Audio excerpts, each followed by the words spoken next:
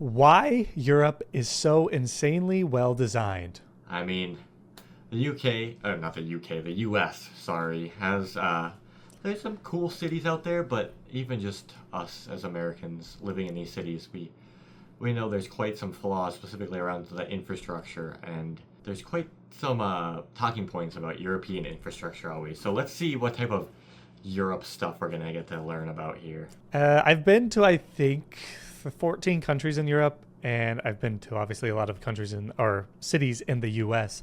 So comparing just like the fact that you can't walk anywhere in the US to Europe, where every city you can basically just walk wherever you want, and was basically what I did. And public transport is so good in a lot of the cities in Europe. It's just such a big difference.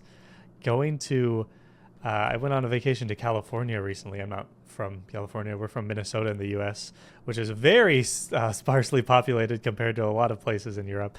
But you can't go anywhere without driving, and you can't go anywhere without sitting in traffic. So everything just takes so much longer. Let's see how every European city compares to that, yeah? Yeah, I'm excited. This is a map of Europe's mass transit railway system. And this. That's cool. We don't have this. The yellow lines indicate the presence of a train line, and as you can see, it's very dense. There are hardly any spaces where there isn't any coverage for railways. Now, if we compare this to a map of railroad tracks in the US, it's a different story. While parts of the US have some good mass transit, there are large areas of the country which isn't covered by Amtrak, Rode the the train nation's to large. Chicago. And how was that? I don't remember. It was very train-like. I don't remember anything. Oh no, there was a big delay because there's something wrong with the train, the rails. I rode the train in Minnesota once, and there was some weird guy that wanted to fight me for some reason. The metro in Minneapolis is it's interesting. Just passenger railroad service. But let me show you another map. This Well, time, also, nobody lives here. Yeah, I don't know why you'd We want should to point out. ride a train through those areas. The drive. Nobody lives here. I'm surprised it goes up and then through North Dakota there. That's some sparse areas in North Dakota, Montana. Yeah, that is. That is. time of high-speed rail in Europe. Now obviously, high-speed railways aren't going to be as common as regular speed railways as they require excellent design, strict planning, and massive investment. And yet, as we can see, high-speed rail is present in Europe, which is a stark contrast to the US, as you can see from this map. While the US does have some higher speed rail, like the Aquila line in the Northeastern Corridor, it's hardly an effective map of transport solutions. And the Aquila line isn't really that fast either. It can reach about 150 miles per hour, but averages less than 70. Yeah. This is not the case for Europe's insanely well-designed railroad system. And you have to remember that Europe's system accomplishes this while spanning 33 different nations in a very diverse continent. That's and I know what impressive. you're probably thinking. This is just because Europe is smaller than the United States, which simply isn't true. While the European Union is smaller than the US, continental Europe has an It's a area lot that is smaller. about 1.04 times as much as the US. Oh, wow. So It is pretty actually surprising how close the United States is to an entire continent. Yeah, yeah.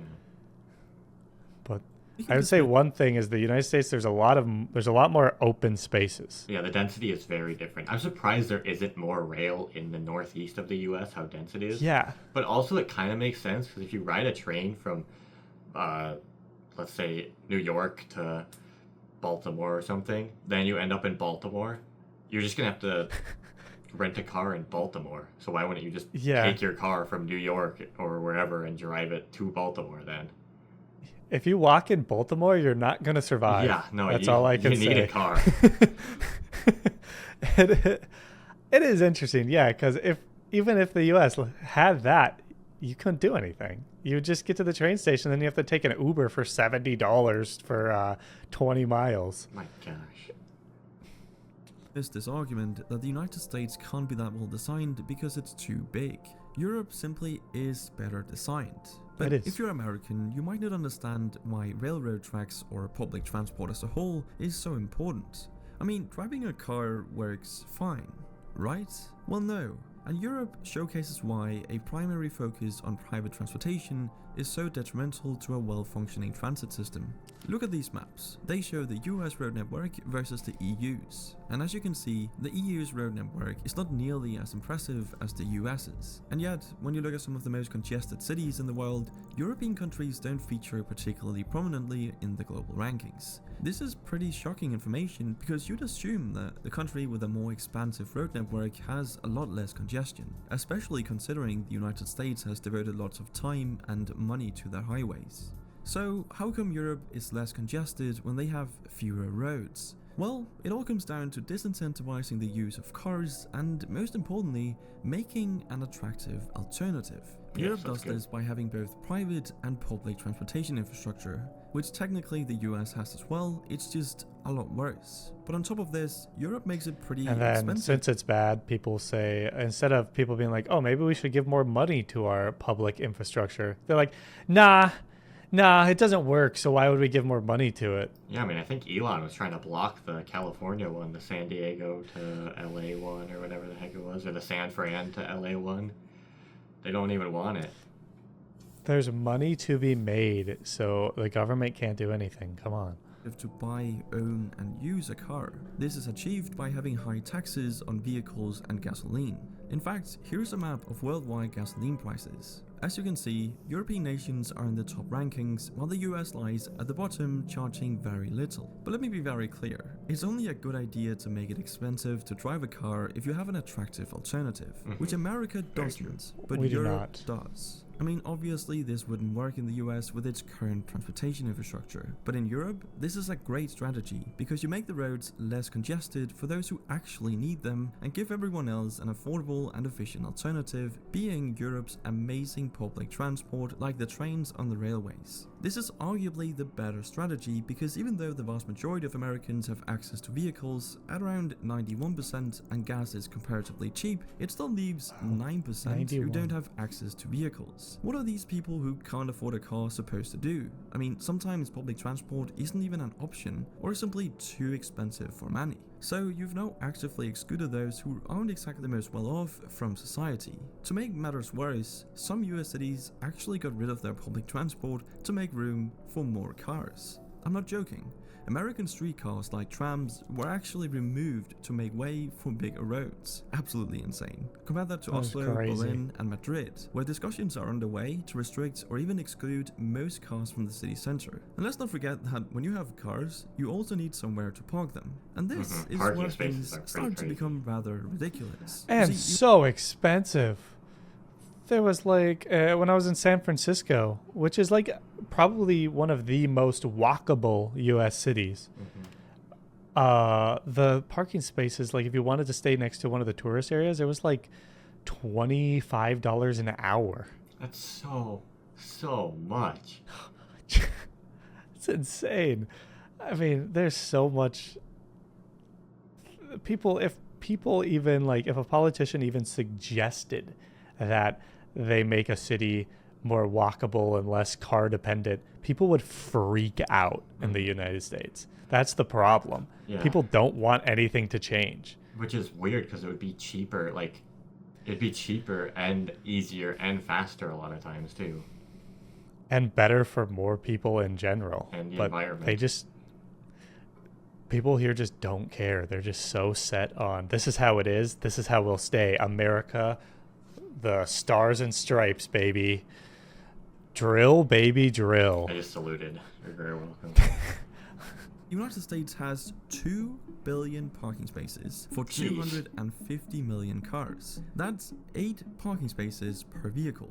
In Europe, it's pretty much a 1-to-1 with around 250 million public parking spaces for 300 million cars. But to emphasize the ridiculousness of this even further, the area that the US dedicates for car parking is actually larger than the area dedicated for housing people. Wow. It's It's honestly insane. unbelievable that people are being squeezed out of American cities due to regulators wanting to make more more room for parking spaces. This simply wouldn't fly in the EU, as it has a whole policy dedicated to improving urban planning. See, the EU spent 115 billion euros between 2014 and 2020 to improve city design by making it smarter, greener, I mean, that's a good and idea, more but connected. if we're spending Simply money on meaning they urban allocated planning, funds it to can't make go towards the military. Exactly. Who's gonna protect you, Europe? Come on. NATO's nothing without the US. Dun dun dun dun dun. I just saluted, by the way. Just jokes. Obviously, we want the money. Come But if you could on. tell by our viewpoints, we were saying the entire video, why would you think that we actually want more money on the military? Somebody already paused the video and commented angrily about what we just said before you clarified. Dang nabbit. Make their cities more efficient, more connected, and better for the environment. And better for the environment. Oh, I they remember really walking down are, this as they're street. Connected and better for the I remember walking down this. There's just this huge woods area, and then I started walking down this street. And I was like, "What the heck? Where are we?" Because I went from city into just like forest all of a sudden. That's Berlin. Yeah, Dang. yeah. That's pretty I'm pretty crazy sure to this have is- that. It's pretty environment. interesting. And better for the environment they really are. As the average resident in a typical Western US city, such as Los Angeles or Phoenix, contributes approximately 6 times more carbon to the atmosphere per capita than an average European city resident. Jeez. This is purely the result of not having effective transport solutions, which saves resources and allows people to move about efficiently. And exactly that. Moving about efficiently is something most of Europe's citizens are able to do as a result of the European Union. See, most of Europe's nations are in the European Union, which gives the EU citizens a number of perks, which includes a free travel area. This has been one of the most important achievements of the EU, as it makes it possible for an EU citizen to travel freely to other EU member states and stay for up to 3 months. All they need is a passport or even just an ID card. No visas, no trips to embassies, no form filing, just head straight over. This makes it incredibly easy to travel, study, and work in other countries and communities, and having this level of centralization is very important to good design, as it gives the smartest people the opportunity to work where they are most useful. And since good design obviously requires a lot of complicated problem solving and planning, this is very smart. Another smart thing is the incredible biking infrastructure we see in Europe, perfectly illustrated by this map of bike path density in Europe. All the purple lines Very, Very, a lot of the Netherlands. very centralized in a certain area. And then in Prague, I guess. Oh, in Berlin. This is a lot out here. Jeez. Oh, Hamburg. Wait, they named a That was- city after hamburger? That was a joke we made, and people didn't understand that joke. Yeah, we're sorry. So we're gonna keep referencing it. They're not showing Copenhagen on this map, but Copenhagen's bike infrastructure was crazy when I was there. There's more bikes than cars. or bike paths, and there's clearly a lot of them, especially towards the left side of the map, but that's just because this is the home of the Dutch, the Netherlands. Now, the funny thing is, I won't be able to compare this to a map of bike path density in the United States, because not? such a map hasn't been made. At least I wasn't able to find any, and I can only wonder why. But anyway, what Europe and also the European Union has achieved is pretty remarkable, as it's hard to think People hate bikers in the US, by the way. They hate them because they are super annoying. They're very stuck up and like think they rule the road. They get to follow the rules of cars when they want to follow the rules of cars, and then also act like pedestrians when they want to. Yeah, it's so people hate them. So it'll be really hard to get bike infrastructure here. Yeah, no way. of another set of such diverse countries where you would be able to travel so freely, in an efficient and inexpensive manner. I mean, you can literally get from Paris to Amsterdam, for example, in just 3 hours for around $30. Imagine being able to travel all over Asia without any border crossings, checks, or visas, and being able to stay for months at a time. That would be truly amazing. And let's not forget that European design has always been distinctive and very successful. In fact, the continent's history of design and interconnectedness serves as a model for the rest of the world. But even though Europe and the EU are pretty great and have amazing infrastructure, they obviously aren't perfect. And I'd love to hear some of the reasons it might not be, so leave a comment down below if you have some thoughts on this. But that's it for this video. Thank you for watching, and I'll see you in the next All one. right, what's your reasons why it's not perfect? Go Sarcasm ahead. doesn't exist very much. Are you kidding me? Hamburg was named after hamburgers. I mean, I didn't know they named Austria after Australia also. That's pretty, oh gosh. That's a very interesting video. I mean, a lot of this stuff we pretty much totally agree with. The United States doesn't really have a functioning public transit system at all. Like, you have to have a car or you cannot participate in society at all. The video is a good video of learning a lot of stuff, but I also, as much as I agree that Americans are mostly stupid, I hate the like subtle message the whole time where they're like, and this is really, really smart. Europe's really smart for doing this. And then this is America. And then it's just like saying America is stupid. Obviously, kind of agree with the message, but also it's funny. A lot of it just comes down to the way America is designed is there's a lot of companies that want to make a lot of money. And they kind of run the show. Arr, arr, arr, arr. Yeah, it's money before people is always the case in the U.S. So that's why you see our healthcare system. That's why you see our public transit system. And that's why you see no trains, because private companies own the railroads and they always get priority on the railroads in the United States. So for all you people who comment right away saying, well, America doesn't have blah, blah, blah, blah, blah, blah, blah. I'm sorry. It's not my fault, okay? I tried to make a difference. I tried my best. Just kidding, not really. At least we have free water in restaurants, right, Germany? Oh! Thanks for watching, everybody. Hopefully you enjoyed.